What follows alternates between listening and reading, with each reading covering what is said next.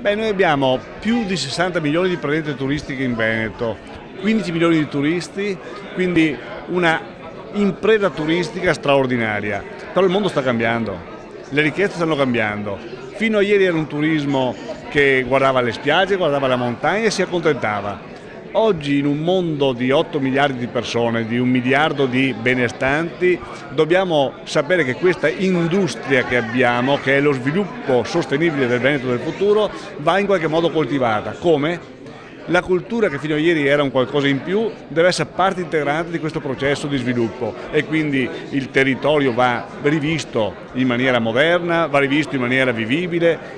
Tutti noi dobbiamo cambiare, perché se vogliamo che il Veneto, che la nostra industria del futuro, la nostra miniera del futuro, sia in qualche modo questo bellissimo territorio e quindi il turismo sia questa industria straordinaria che crea economia bella, pulita, che crea poi lavoro per i giovani, che crea interesse per il mondo, dobbiamo ripensarci.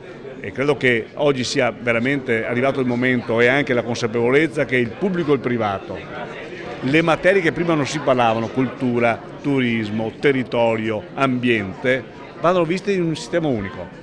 C'è consapevolezza, già molto stiamo realizzando, già i primi risultati li abbiamo e poi attorno ai 3 progetti fondamentali del nostro futuro, cioè i nostri siti UNESCO, il tema della Grande Guerra, questa realtà che nel 2015 vedrà il centenario, quindi un territorio che ricorderà valori e presenterà ambiente. E da ultimo Venezia e il Nord-Est, capitale della cultura 2019, sono 3 momenti con i quali cultura ed economia possono lavorare assieme per migliorare il nostro Veneto, migliorare la qualità della vita e fare soprattutto creare offerta di lavoro ai nostri giovani.